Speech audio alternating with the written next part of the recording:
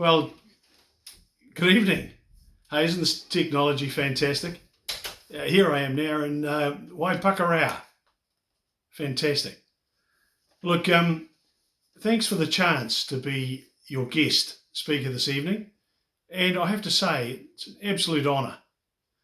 My wife's family have lived in the Napier area on Taradale Road for many decades. So have a wee bit of a connection to the district.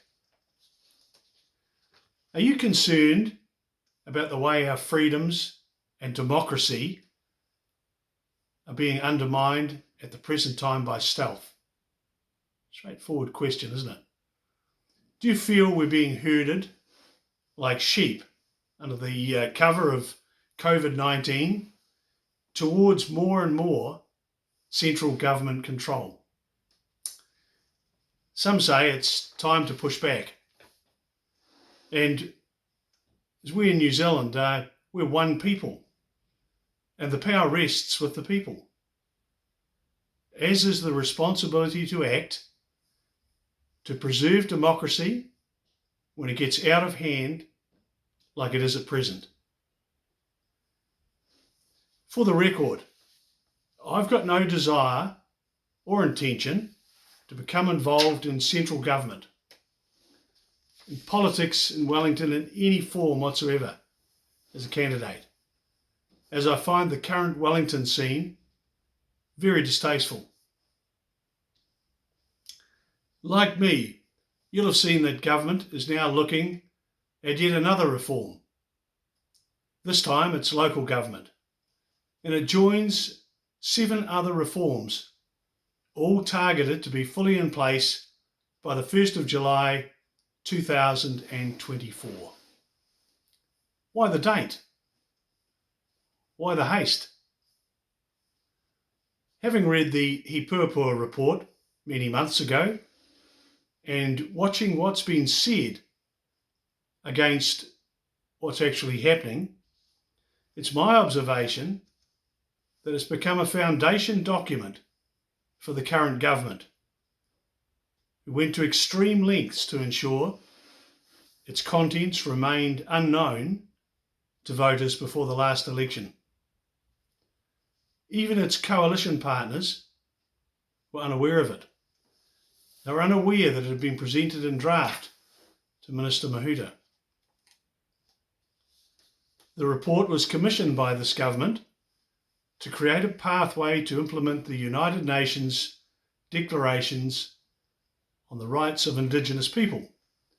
And you'll note now that's referred to as First Peoples, which was signed by John Key in 2010 as a document to consider. The report received proposes separation of many services based on race. Crazy. That's already well underway with health services, just one example. It proposes co-governance with iwi of all aspects of the management of resources, and it seeks to use royalties paid to iwi for their use. We are one nation. Maori makes up about 17% of the population, leaving about 83% who are non-Maori. Now that in itself creates a problem, as no country in the world has been able to survive a minority right of veto over the majority. It's ironical that government want to have 3 waters and local government with equal governance with mana whenua on a 50-50 basis. And yet this looks like to be their push under the local government review as well. Funny thing is, they won't give 50% of their votes to iwi in Parliament, will they? The Maori electorate gives iwi a voice proportionate to their numbers in the country. Pretty straightforward. 1 vote, 1 man, 1 vote, 1 woman. There is the attack under cover on private property rights, where government wants your land protected for the people of New Zealand. And this is how they think they'll do it. It's called SNAs, where on the coast 87% of the land is dock controlled and non-rated.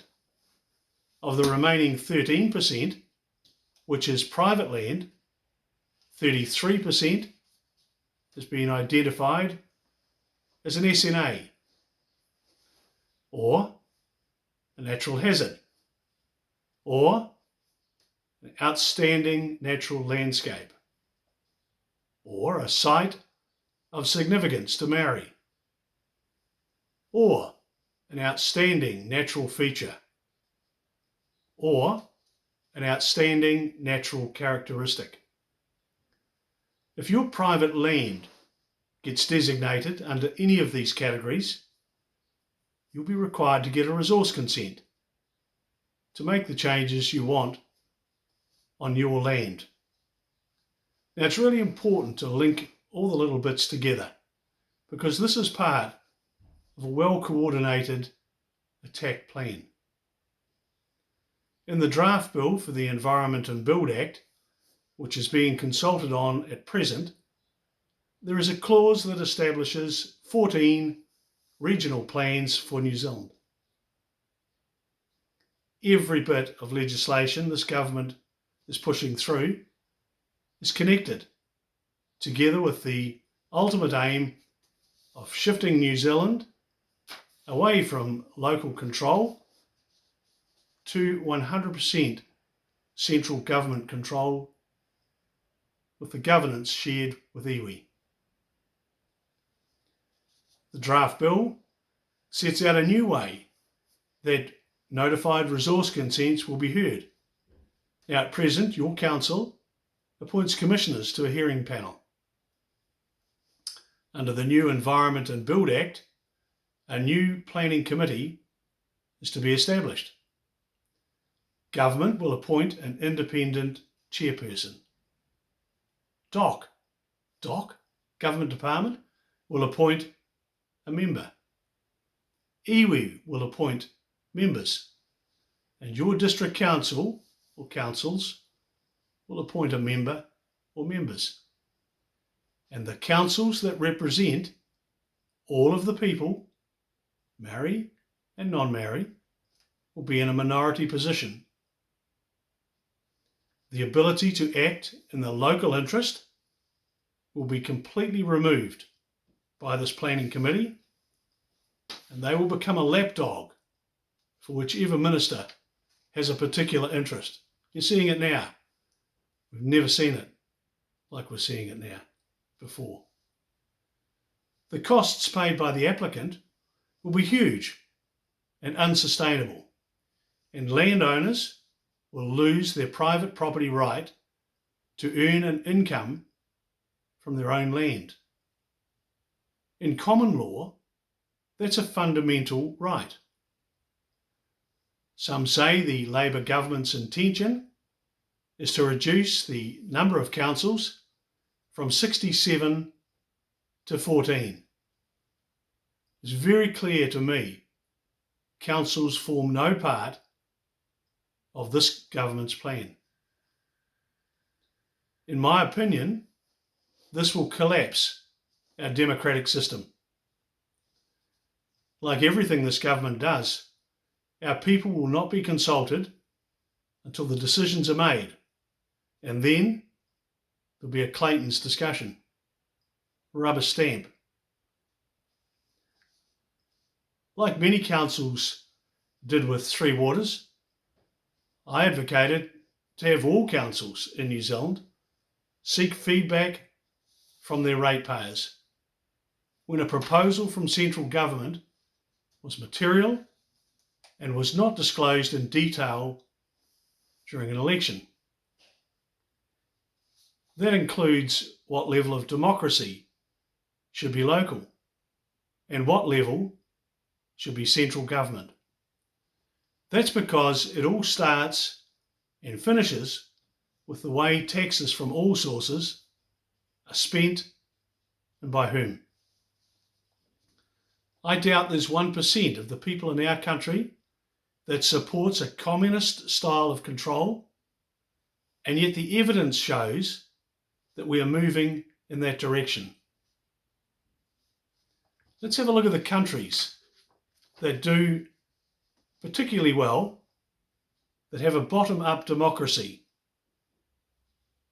Of the 11 countries, the best performer is Switzerland, where 13% of the tax take is spent by central government and the balance by district councils and local boards. Germany is 19%, Finland 29%, Denmark is 31%, Korea is 41%, the United States of America and Greece are 54%, Iceland is 55%, the Republic of Ireland and the UK are both 72%. The country where central government continues to increase the percentage spent from taxes raised is, yes, you got it, New Zealand at 88%. When you get to 100%, you have a communist regime. It's clear that one size does not fit all, as it results in regional disparities, and you're seeing it there as clear as a bell in the Three Waters discussions. These discussions have lost huge credibility with the public, with Local Government New Zealand signing, without consulting its members, an agreement not to object if government mandates the confiscation of your Three Water assets. It's been made worse by Local Government New Zealand appointing mayors to the Three Waters steering group who support the reforms. They in turn turned into the disciples of reform, and none have seen why their community should have been engaged, and this when the quantity of information we are bombarded with from DIA and Local Government New Zealand has reached a level that is completely insane. We dump all ours on the council's websites. There are so many items that simply don't stand scrutiny. I've concern that government's advisors have disregarded the fundamental aspect of local government in New Zealand. In particular, local authorities own and control assets on behalf of their local communities. That's you, all the people in this room. That's you. Local authorities have the right and obligation to utilise these assets to achieve the purposes of local government and to achieve the objective of other applicable laws. Local authorities are accessible to their community and democratically responsible for their control and the utilisation of the assets. As a mayor or councillor, you get it wrong, they'll dump you next time round. And you watch in October of this coming year. Assets owned by local authorities reflect investment by generations of ratepayers within their districts. And local authorities are in a fiduciary position vis-à-vis their ratepayers and must exercise their powers prudently and with proper regard to the views of their communities. Secondly, it appears to me that government's advice may have disregarded the general principles that require respect for property rights and full compensation when such rights are removed. Such compensation should be full and objectively assessed, determined if necessary by the courts or an independent adjudicator, not simply stolen by legislation. We have all noted the government has underway a public information and education campaign, the Dirty Trout cartoon, which cost $3.5 million.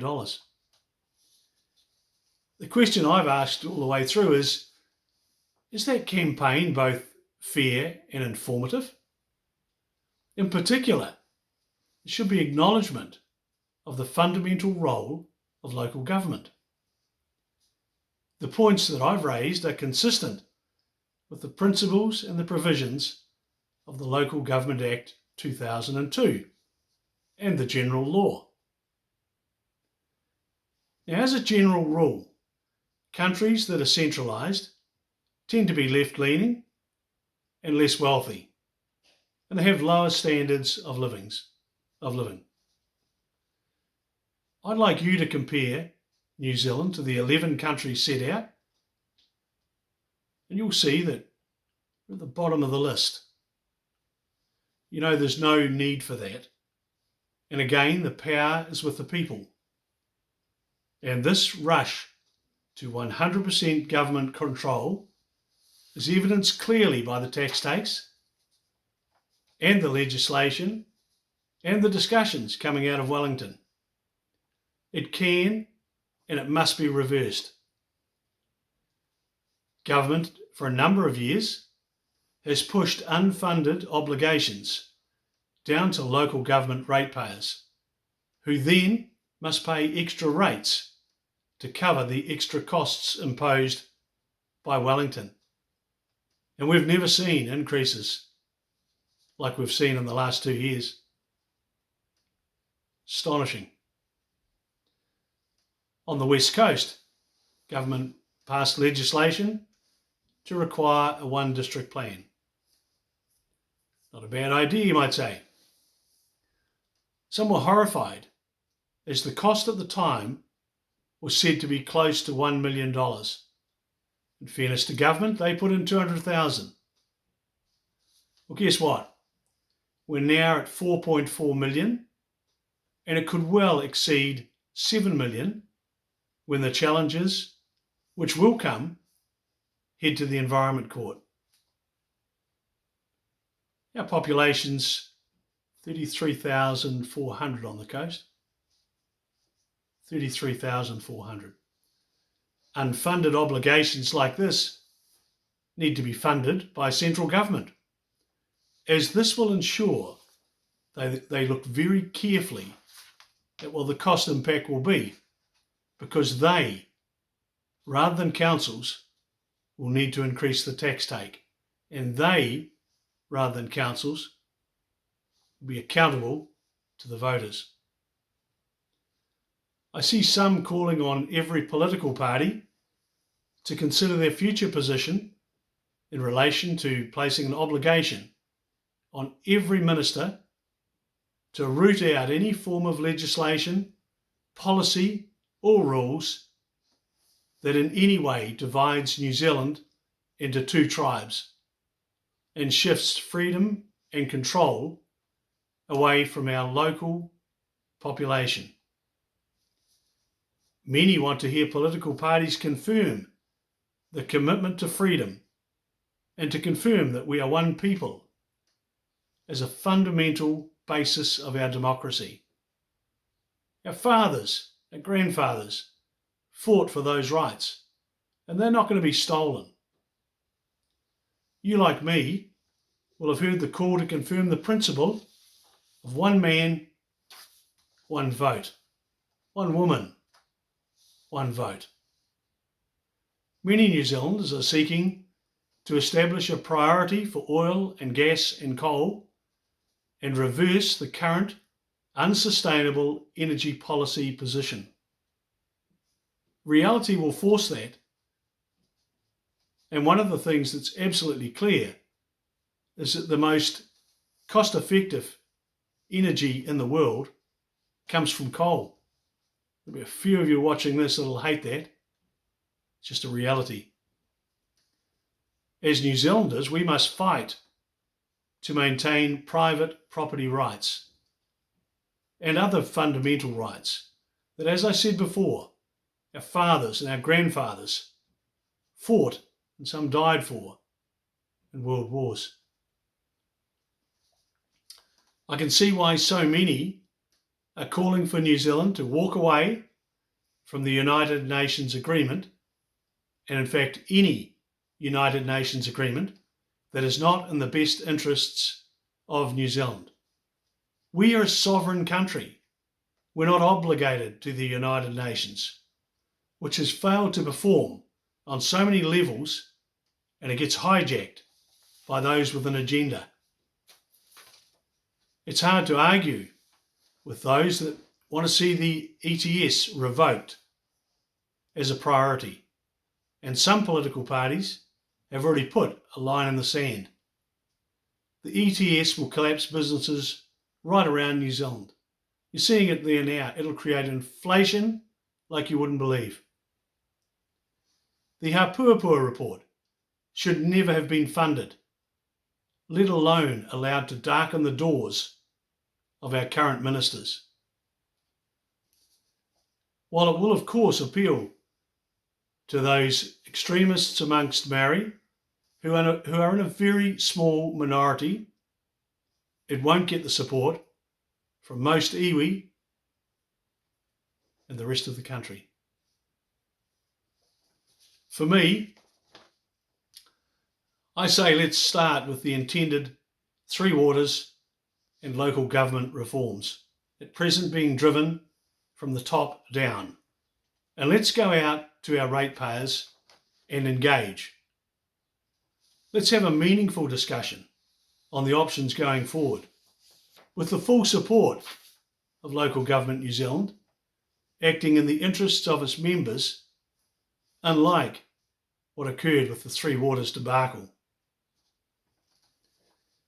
Shift the principle and the disciples of reform aside and get some balance in, get some common sense into it. You can't have 7 reforms going on in the middle of a pandemic. Now to the members of Rotary here tonight, I want to finish by saying the power is with the people. And silence, when there is a threat to our democracy, is unforgivable. Thank you so much.